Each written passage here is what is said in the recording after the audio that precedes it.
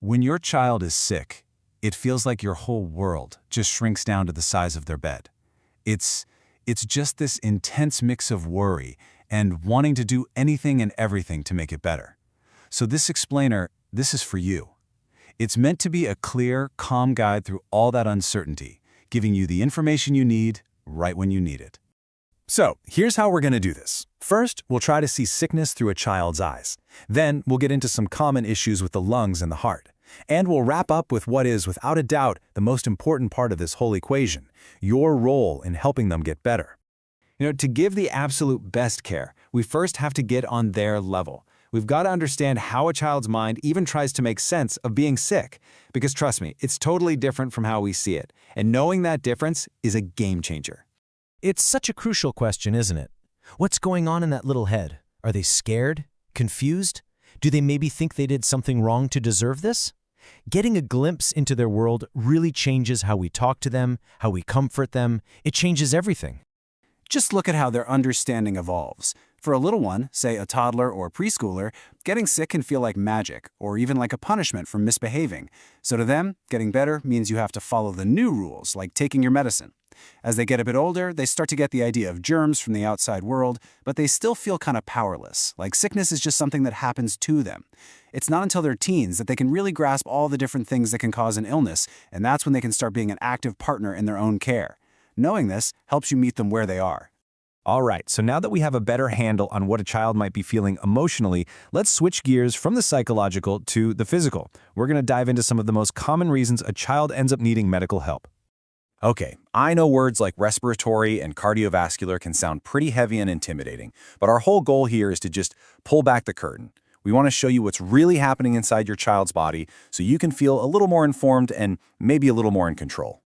Let's be honest, there is almost nothing more terrifying for a parent than watching your child struggle for breath. It's a primal fear. So let's break down a couple of the conditions that cause this kind of distress.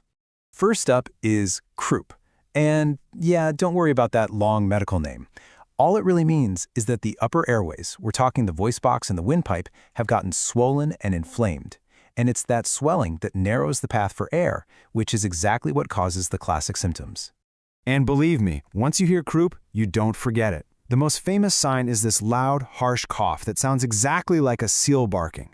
You might also hear a squeaky, high-pitched sound when they breathe in. That's called stridor. And here's the kicker that catches so many parents off guard. It almost always gets much, much worse in the middle of the night. So what's the fix? Well, it's actually pretty simple. Cool, moist air. In the hospital, that's often delivered with something that looks like a little plastic tent filled with a cool mist. That humidified air is incredibly soothing for those inflamed airways. It helps reduce the swelling and just makes every breath a little bit easier.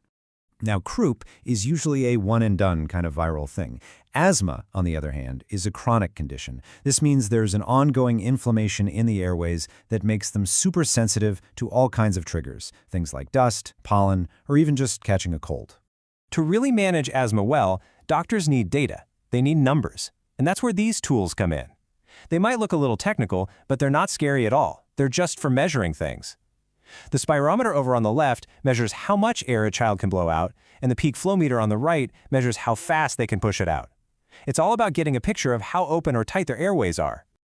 Okay, let's move from breathing to the engine that drives it all, the heart. Congenital heart defects can sound really complex, but sometimes just seeing a picture of how they work can make all the difference. All right, before we get into any problems, let's look at how things are supposed to work. This is a healthy heart. Think of it as a brilliant two-sided pump. The blue side takes in oxygen poor blood from the body and shoots it over to the lungs for a refill. Then, the red side takes that fresh, oxygen-rich blood from the lungs and pumps it out to the whole body. It's an amazing system. Now let's talk about the most common heart issue that babies are born with.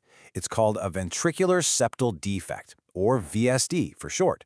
And all that really means is that there's a hole in the wall, the septum, that separates the heart's two main pumping chambers, the ventricles.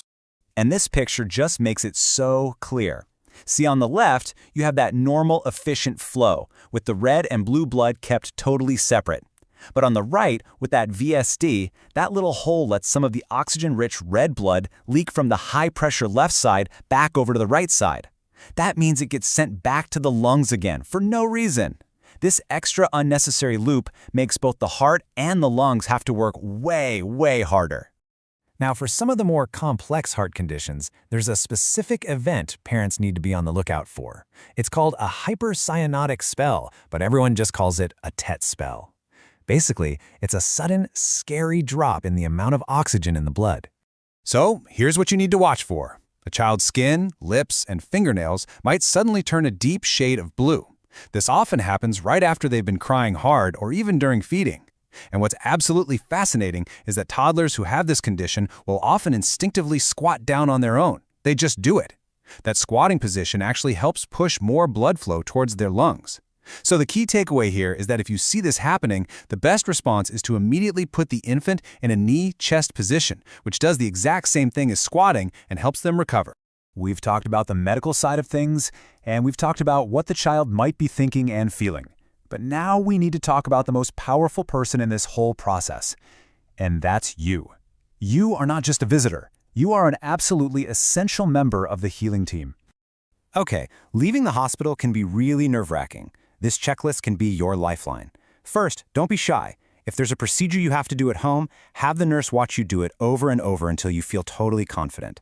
Second, talk about the what-ifs. What problems might come up?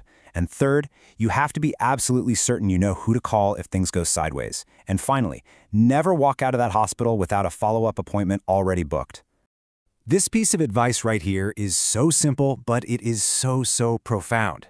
A child's bed, whether it's in the hospital or back at home, needs to be their sanctuary. It should only be a place for comfort, for rest, for stories.